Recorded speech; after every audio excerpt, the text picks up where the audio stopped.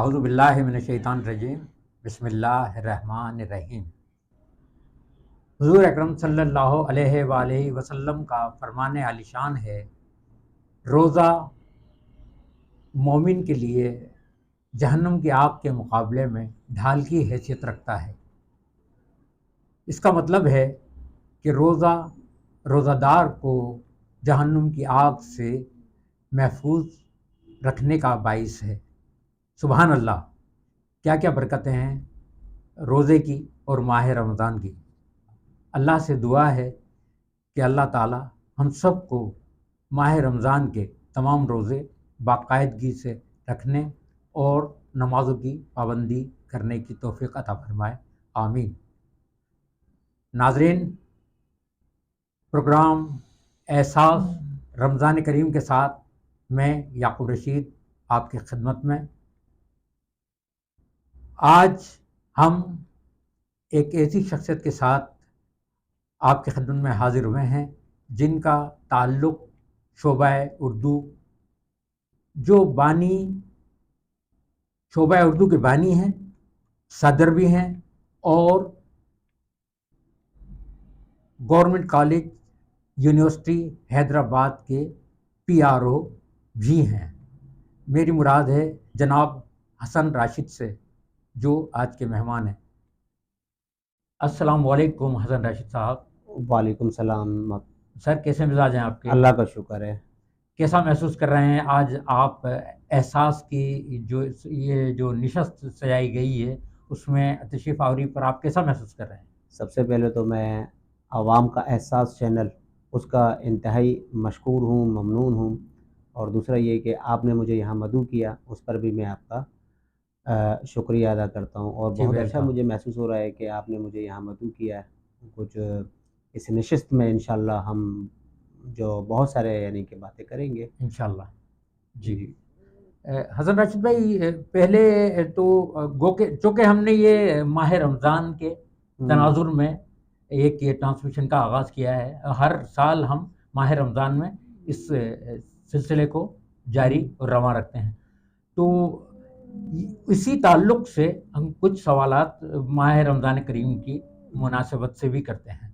تو اس سے پہلے کہ میں آپ کی ذاتی زندگی کے حوالے سے، آپ کی جد و جہد، آپ کے کیریئر کے حوالے سے گفتگو کا آغاز کروں، سب سے پہلے میں یہ چاہوں گا کہ ہم ماہ رمضان کے حوالے سے کچھ بات کر لیں کہ حسن راشد بھائی یہ بتائیے گا کہ آپ نے ظاہر ہے جو ہے 5-6 دہائیاں اپنی زندگی کی دیکھی، تو اس میں آپ نے ماہ رمضان کو اب بچپن میں، لڑکپن میں، جوانی میں، یا اب جو ہے مختلف ادوار میں کس طرح پایا اور کیسا محسوس کیا؟ بہت بہت شکریہ جناب یعقوب رشید صاحب۔ ماہ مبارک کے حوالے سے آپ نے مجھ سے پوچھا ہے کہ میرے 4 دہائیاں وہ کیسے گزاری، کیونکہ میرا جو تعلق ہے وہ ایک دینی گھرانے سے تعلق ہے، تعلیمی گھرانے سے تعلق ہے، اور مجھے الحمدللہ جو ماحول ملا ہے وہ ارد گرد کا جو ماحول ہے وہ دیندار یعنی کہ ماحول ملا ہے۔ اس ماحول کے اندر میں نے آنکھ کھولی، اور اس کے اندر جب میں بچپن ہی سے جو ہے دیکھتے ہوئے، یعنی بچپن کے ابتدائی ایام، ابتدائی سال چھوڑ کر جب وہ لڑکپن سے میں نے روزے رکھنے کا سلسلہ شروع کیا، اس میں بہت ساری خوشگوار یادیں وابستہ ہے۔ سخت روزے بھی ہوا کرتے تھے درمیان کے اندر، پھر وہ ٹھنڈے روزے بھی آئے، تو ایک عجیب سی جو ہے ایک روحانی فضا ایک معلوم ہوتی ہے کہ ادھر رمضان کا چاند نظر آیا اور ادھر جو ہے ایک ایسی فضا طاری ہو جاتی ہے سبحان اللہ، کہ جو لفظوں میں جو ہے میں سمجھتا ہوں بیان نہیں کیا جا سکتا ہے، یہ لفظ اس کے سامنے عاجز آ جاتے ہیں۔ یہ اللہ کا خاص کرم ہے کہ ایک رمضان المبارک ایک ایسا مہینہ ہے، ایک روح پرور قسم کا ماحول جو جی بالکل، ایک ایسا مہینہ ہے جو ہر مسلمان کے لیے ایک تربیت کا مہینہ ہے، ہر مسلمان کو، اور وہ پورے سال کام میں آتی ہے اور نئے سرے سے جو ہے وہ چیزیں انسان کرنے لگتا ہے۔ تو رمضان المبارک کے حوالے سے خوشگوار یادیں وابستہ ہیں۔ گرمی کے روزے کس طریقے سے ہوئے تھے، رات بھر یعنی کہ وہ شبینہ ہوا کرتا تھا، یعنی کہ رت جگہ ایک طریقے سے جس کو ہم کہہ سکتے ہیں وہ، اور دن میں جو ہے وہ صبح یعنی کہ سحری کے وقت کھیل کود بھی ہو جاتے تھے دن کے اندر، پھر افطار کا وقت، اور پھر تراویح کی جو ہے رونقیں، یہ ساری کی ساری چیزیں رمضان سے وابستہ ہیں بلا شبہ بلا شبہ۔ اور اس کے اندر افطار بھی جو ہے، میل جول بھی، اور تحفے طائف احباب کو دینے کے حوالے سے، پھر عید کی خریداری. ایک غرض یہ جو ہے کہ رمضان المبارک کا جو مہینہ ہے ایک مقدس مہینہ ہے, ایک روح پرور احساس ہے جس میں بلا ہر شبہ بچہ بڑا مرد خاتون یعنی کہ سب یعنی کہ اس کے اندر شامل ہوا کرتے. بلا شبہ. حسن راشد بھائی آپ نے جو ہے بڑے مفصل انداز میں یادوں کو تازہ کیا جو ہے رمضان سے جڑی, جی اور مجھے ایسا محسوس ہوا کہ میں خود بھی جو ہے نا اپنے ماضی میں جو ہے کہیں چلا گیا ہوں, لوٹ گیا ہوں. بالکل اسی طرح سے ملتے جلتے واقعات جو زندگی کے اور مختلف ادوار کے, بالکل یہی کچھ احساس جو ہے میں بھی اپنے طور پر اس کو محسوس کرتا ہوں کہ واقعی اس میں کوئی شبہ نہیں کہ ماہ رمضان جو ہے بڑی برکتوں والا مہینہ ہے, اور اس میں ایک روح پرور احساس جو ہے وہ ایک انسانی وجود میں جاگزیں ہو جاتا ہے, اور وہ بے شک. جی اس کے زیر اثر ہو کر اپنی ایک عام جو معمول کی زندگی اس سے بالکل قطعی مختلف سا ہو جاتا ہے کچھ وقت کے لیے اس مہینے کے لیے. حسن راشد بھائی آپ کی زندگی کے حوالے سے جو ہے بات کرنا چاہوں گا. یہ بتائیے گا کہ صدر شعبہ اردو بانی اور اس منزل تک پہنچنے کے لیے کن کن مراحل سے گزرے آپ, ذرا تفصیل سے بتائیے, اور ابتدا کہاں سے کی؟ بہت بہت شکریہ آپ کا کہ آپ نے مجھے اس سوال کا جواب دینے کا موقع فراہم کیا, کیونکہ میرا جو تعلق ایک علمی گھرانے سے ہے. میرے والد صاحب بھی جو ہے شعبہ تعلیم سے وابستہ رہے ہیں, اور ان کی بھی ایک خدمات شعبہ تعلیم کے حوالے سے رہی ہے. ہمارا پورا خاندان, پورا گھرانہ جو ہے وہ علمی لحاظ سے جو ہے ایک تعلیم یافتہ گھرانہ کہلاتا ہے. ٹھیک ہے, اور آغاز ہی سے یعنی کہ گھر میں یعنی کہ اخبارات, رسائل ایک اور دینی علمی اور ادبی فضا رہی علمی ہے. اور ادبی یعنی کہ کتب اور ایک فضا جو ہے جی بات بات پر اصلاح کرنا والد صاحب کا ٹھیک کہ اس طرح نہیں یہ چیزیں, تو وہ شروع سے ایک تربیت ہوتی رہی ہے مسلسل. پھر ہم مطلب نے ایک مائنڈ سیٹ جو ہے وہ. جی جی جی بالکل. اور جن اسکولوں سے ہم نے پڑھا وہ بھی شہر کے نامی گرامی اسکول تھے, یعنی کہ ہم نے جو آغاز تو کیا مزید پرائمری اسکول سے, ٹھیک ہے, اور پھر اس کے بعد گورنمنٹ سیٹ کمال الدین ہائی اسکول, اس کا بھی ایک نام تھا ایس کے رحیم بالکل صاحب بڑا کے یہ بڑے نام ہیں. ٹھیک ہے, تو وہ جو ہے اسکول وہاں سے پڑھ, پھر سٹی کالج سے, پھر اعلیٰ تعلیم, پھر جامعہ سندھ سے. تو میں نے جو مختلف مدارج طے کرتا ہوا جو ہے ایک بی اے کرنے کے بعد میں نے 2 ماسٹرز کیے, ایک بین الاقوامی تعلقات عامہ میں اور دوسرا اردو میں. اردو میں تو میرا شروع ہی سے یعنی شوق تھا کہ اردو کو جو ہے اپنا شوق بنانے کا ذریعہ ہے, معاش بنانے کا, اور اس کے اندر بہت کچھ کرنے کے حوالے سے. تو جب میں نے اس کا آغاز کیا تو میں جو ایک نجی اسکول کے اندر پڑھانے لگا. اس کے بعد اگلے سال میں نے ایک کالج کے اندر شروعات کی, نجی کالج کے اندر پڑھانے کے لیے. پھر مختلف کالجز کے اندر ایک نجی یونیورسٹی میں پڑھانے لگا, اور پھر میں ایک حیدرآباد کے نامی گرامی ادارے پبلک اسکول حیدرآباد کا حصہ بنا. وہاں سے میں نے اربن سندھ کے اندر ٹاپ کیا, اور اردو کے لیکچررشپ پر میں کامیاب ہوا. اور الحمدللہ میری جو پہلی جو ہے تقرری گورنمنٹ کالج حیدرآباد کے اندر ہوئی, جو کہ ایک تاریخی درسگاہ ہے. پھر الحمدللہ اس کے تقرری سے قبل اور بعد میں اس کو یونیورسٹی بنانے کے لیے ہم اس مہم میں شریک رہے, اور اس کے 7 سالہ قیام کے بعد یعنی کہ یہ 1917 کے اندر یہ کالج قائم ہوا تھا. اور دیکھا جائے تو میری تاریخ پیدائش جس روز یہ کالج قائم ہوا تو میری تاریخ پیدائش تاریخ ایک ہی سال البتہ الگ ہے. 1 اکتوبر 1917 میں گورنمنٹ کالج حیدرآباد بنا, اور 1 اکتوبر ہی میری تاریخ پیدائش ہے. یہ ایک مطابقت ہے. ہاں ایک مطابقت ہے, ایک اور ایک اچھا یعنی کہ احساس لیے. پھر وہ جب کالج سے جب یونیورسٹی بنی تو اس کے اندر ہم پیش تھے, اور پھر اس کا حصہ بنے. تو الحمدللہ پھر ہمارے جو ہے وہ موجودہ وائس چانسلر ہیں, موجودہ وائس چانسلر پروفیسر ڈاکٹر طیبہ ظریف صاحبہ, ان کی سرپرستی, حوصلہ افزائی اور دلچسپی کے سبب ہم نے جو ہے نا شعبہ اردو یعنی کہ گورنمنٹ کالج یونیورسٹی حیدرآباد میں گزشتہ سال قائم کیا. اور اس سال اس کا باقاعدہ بی ایس اردو کی پہلی یعنی کہ کلاس کا آغاز رواں سال 15 جنوری کو الحمدللہ ہم کر چکے ہیں. لیکن ابھی جو ہے طلبہ طالبات کی جو تعداد ہے غالباً وہ اتنی نہیں ہے قابل ذکر, یا ایسا ہے؟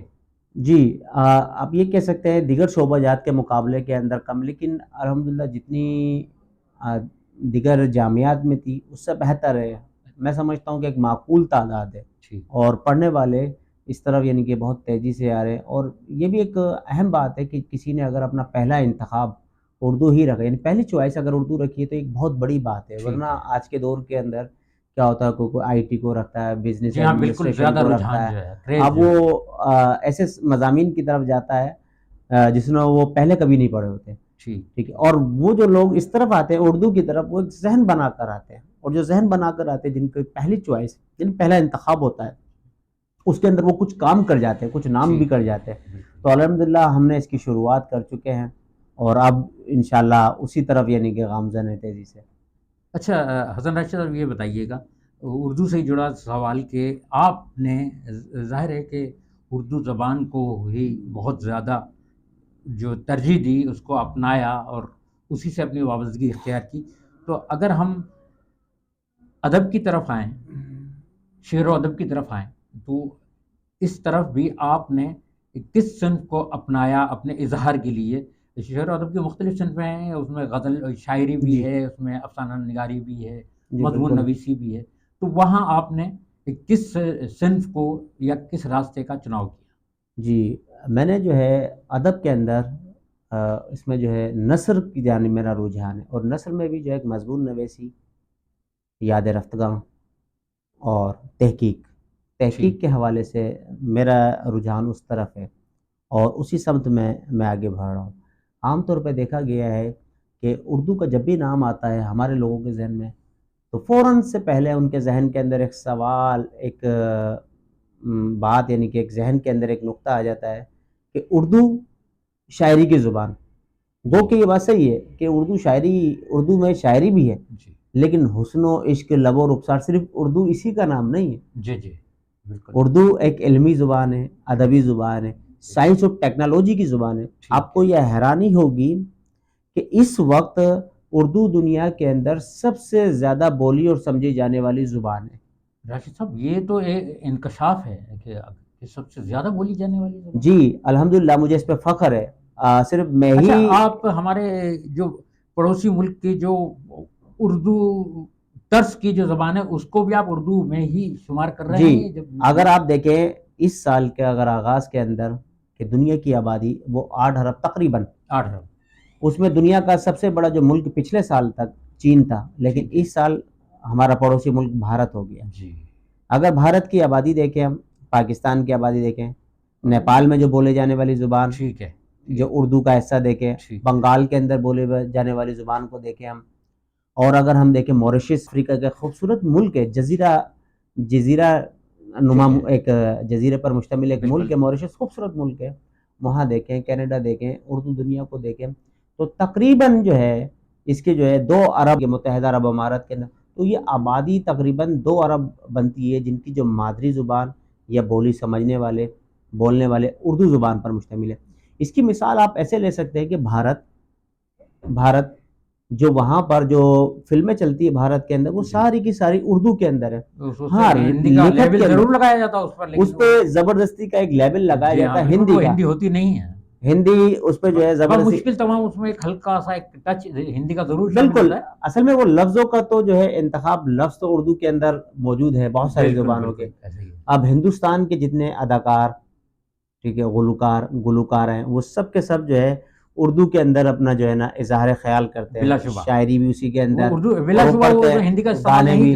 آپ یہ دیکھیں وہی چیزیں پورے ہندوستان میں سمجھی جا رہی ہے, ٹھیک ہے, حتیٰ کہ ہمارے دشمن ملک کا جو وزیر اعظم ہے, پردھان منتری, آپ وہ دیکھیں وہ جس زبان میں اظہار خیال کرتا ہے, وہ کہ اس میں سنسکرت زبان کے الفاظ کی آمیزش ضرور ہے, جزوی طور پر آمیزش ضرور ہے, لیکن آپ اس کو اردو سے الگ تھلگ نہیں کر سکتے. اگر یہ ایسا کرنا ہوا تو پھر آپ یہ کہیں گے کہ چین جو اتنا بڑا ملک ہے, اس کے اندر بھی مختلف ڈائلیکٹ بولے جاتے ہیں, مختلف لہجے بولے جاتے ہیں. ہمارے یہاں سندھ کے اندر دیکھیں مختلف سندھی زبان کے لہجے, پنجابی زبان کے لہجے, تو لہجوں کا تو فرق ہوتا ہے, لیکن زبان ایک ہے. اقوام متحدہ کا ایک ادارہ یونیسکو, اس کے مطابق جو سائنس, تعلیم, ثقافت کا ادارہ جس کا صدر دفتر جو ہے پیرس کے اندر ہے, اس کے مطابق اردو اس وقت دنیا کی 3ری بڑی زبان ہے.